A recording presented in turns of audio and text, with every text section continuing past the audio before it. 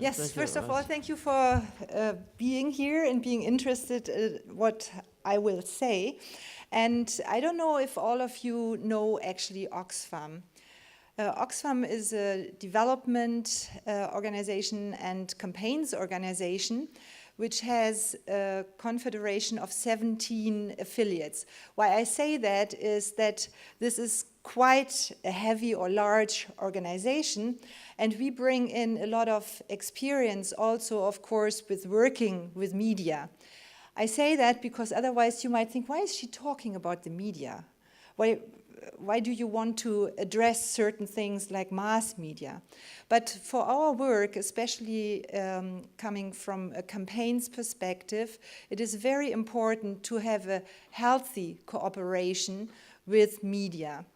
And these are print media, these are the digital media, so that is important to our work, and that's why I would like to address a few points.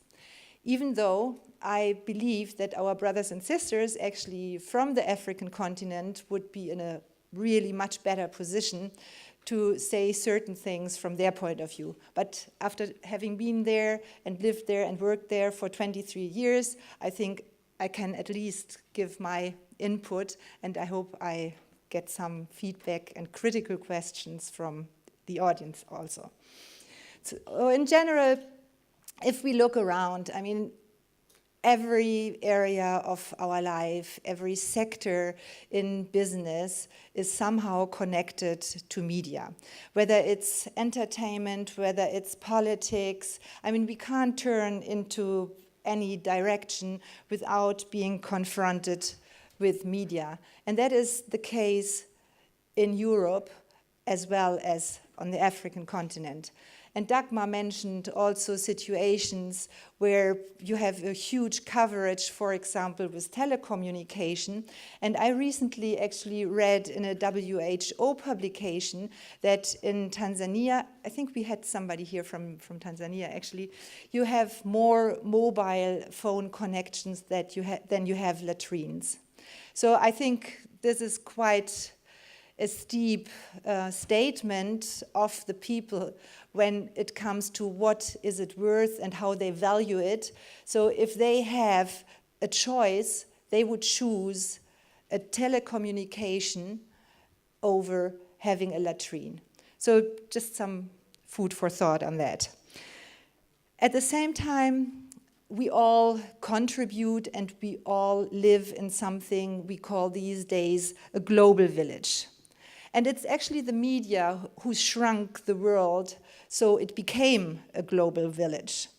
And thanks to telecommunication, radio, and all the digital achievements of these days, distances are reduced, and on a, not hourly, even minutely pace, we know what is happening thousands of kilometers away.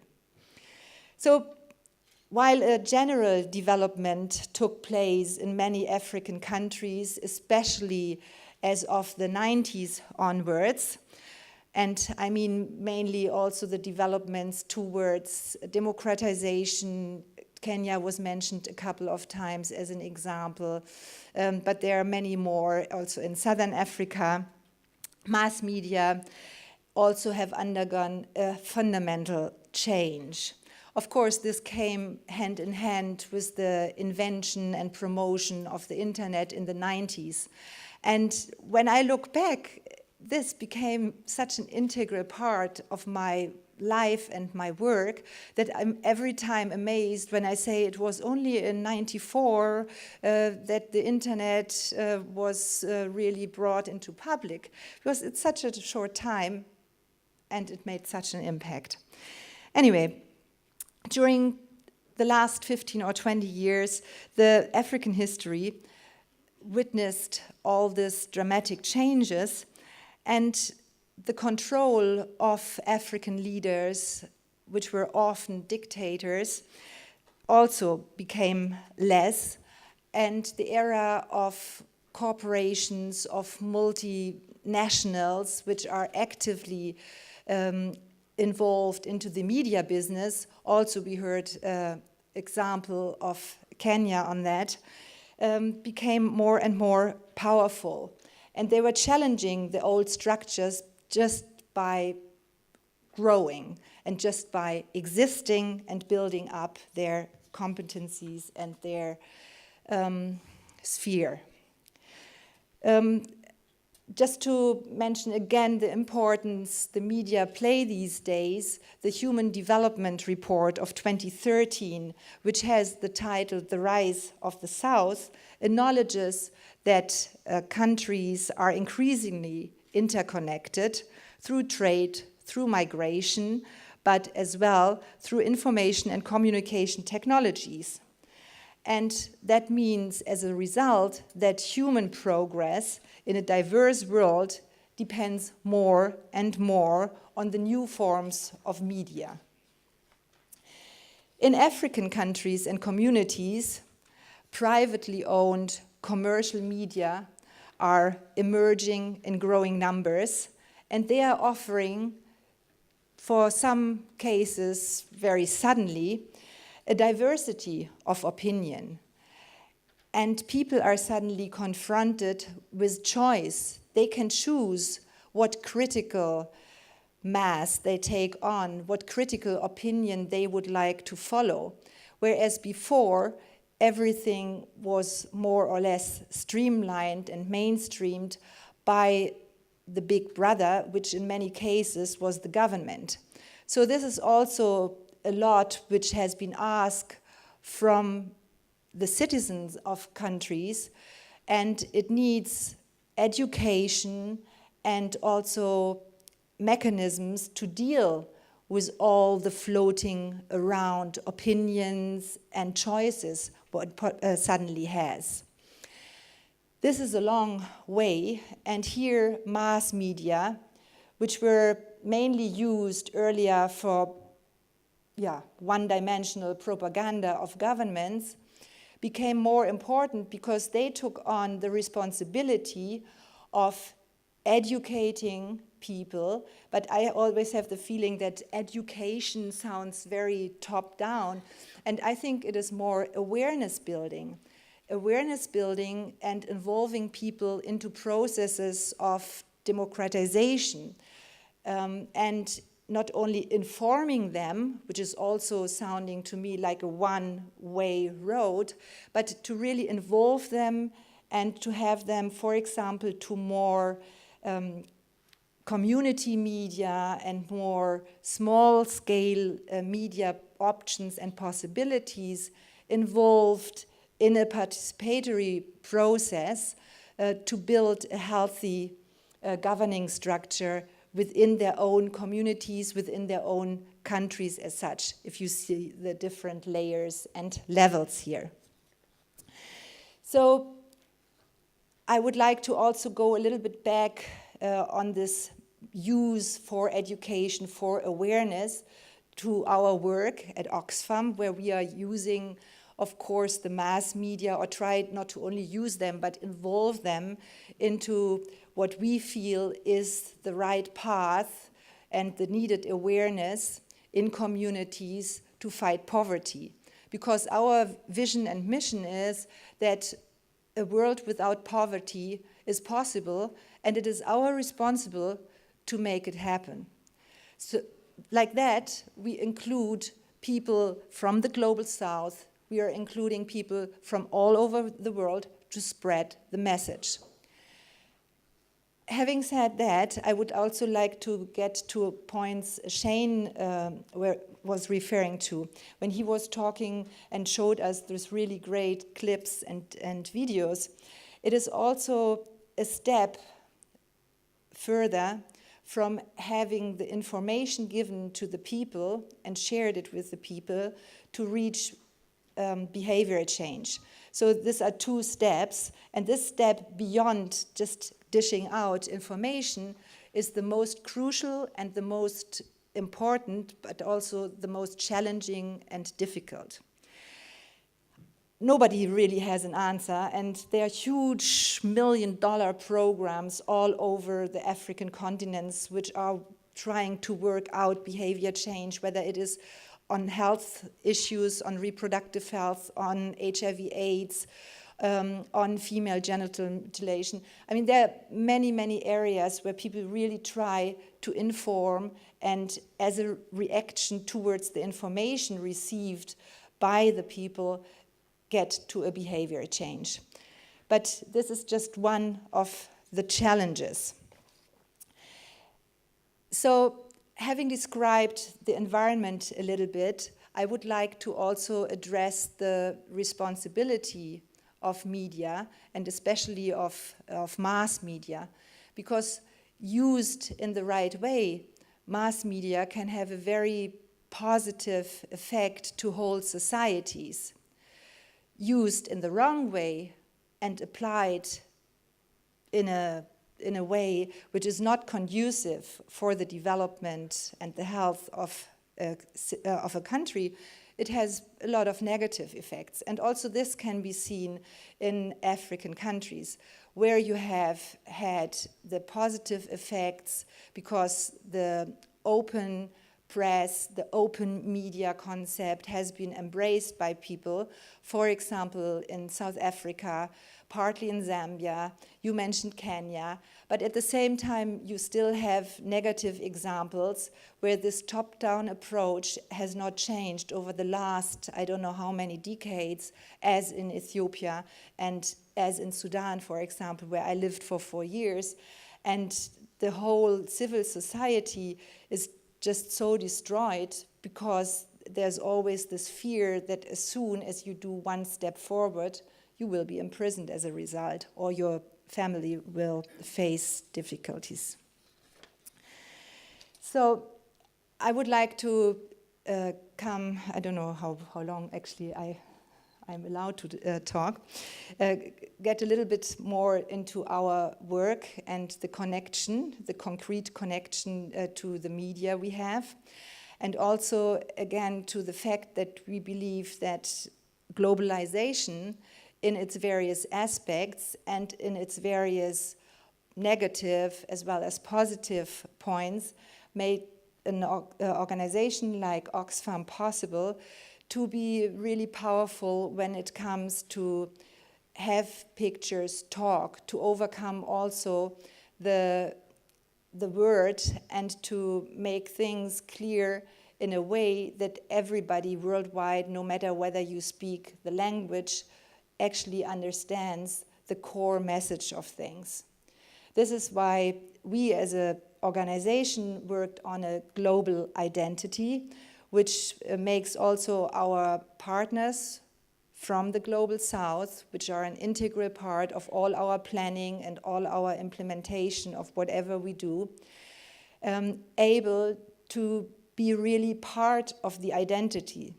So what we were doing in our media communication before we had this global identity was going to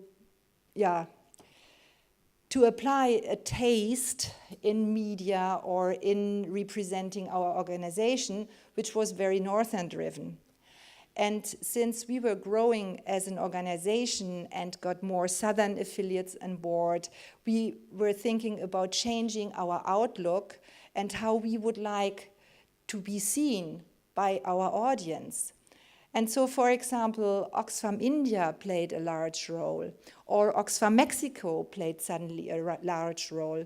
And we look now, with our global identity, since 2 years, totally different from before. We are more colorful. We are more open in a way that pictures are addressing content and that the word is less prominent in a lot of our publications and also in what the media is picking up from us. Like that, we are able to have campaigns which are global campaigns. For example, at the moment, we are campaigning on, the title of the campaign is Growth, and we are talking about biofuel, climate change, land grabbing, all these things which are having impacts on all sides of the globe, and we are using our identity as a one Oxfam with one voice to have campaigns on the African continent, the Asian continent, like really all over the world. And that is only possible because we are able to cooperate, collaborate with mass media and media all over the world in a positive way.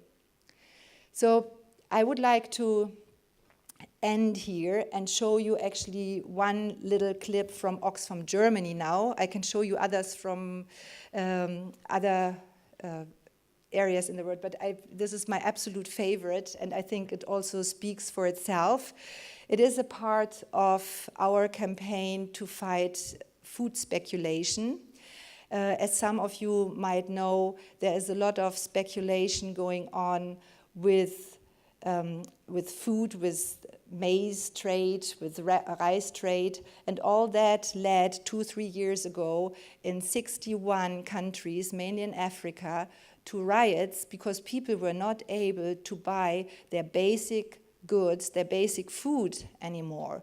So we picked it up and we did a study on the banks and their investment into trading and holding back, for example, rice or maize, and only putting it in the market when people were literally starving, but would pay 3, 4, 5 times as much as they originally would. And some German institutes were very involved, and by now 9 took their investment out of food speculation, and only the Deutsche Bank, unfortunately, is remaining, but the others took a step back, and this became a global campaign, and that shows not only what media can do, but also how the world is interlinked and how we depend on good communication globally. Can you just... Maybe we can switch the light a little bit off, because otherwise it's not...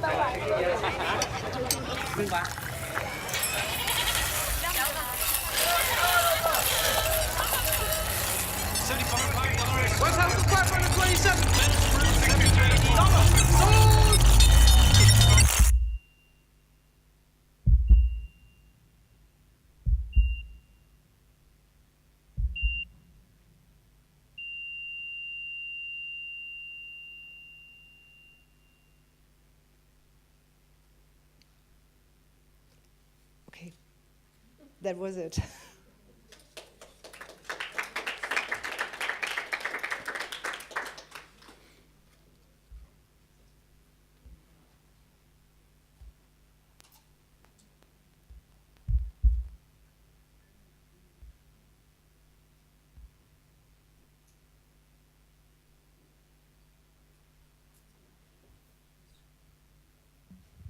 Thank you very much.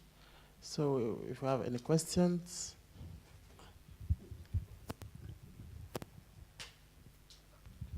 Hi, thanks a lot for your presentation. I have a question about the philosophy behind OXFAM. You have a question? About the philosophy. Okay. About OXFAM. What values do you keep in mind when you do your aid work? Is it only Western-based values and try to put that on the situation in Africa, Asia, Mexico, or are you also looking to the local needs? Thanks a lot for the question. I tried to address that a little bit, but I think one of the points I should mention, for example, now is that OXFAM International, which is the umbrella of all these 17 affiliates I was talking about, has now executive director from Uganda, Winnie Byanyama. And I think that, as a matter of fact itself, shows already that we have acknowledged that to be on the same level is very important, and to embrace the South and integrate the South much more than we did before. And also a sign is that we are moving away from having OXFAMs mainly in the north. We have already OXFAM Mexico, OXFAM Brazil is coming up. We have OXFAM India already, OXFAM South Africa is coming up, and I'm sure soon there will be also an OXFAM Kenya. So we are a rights-based organization.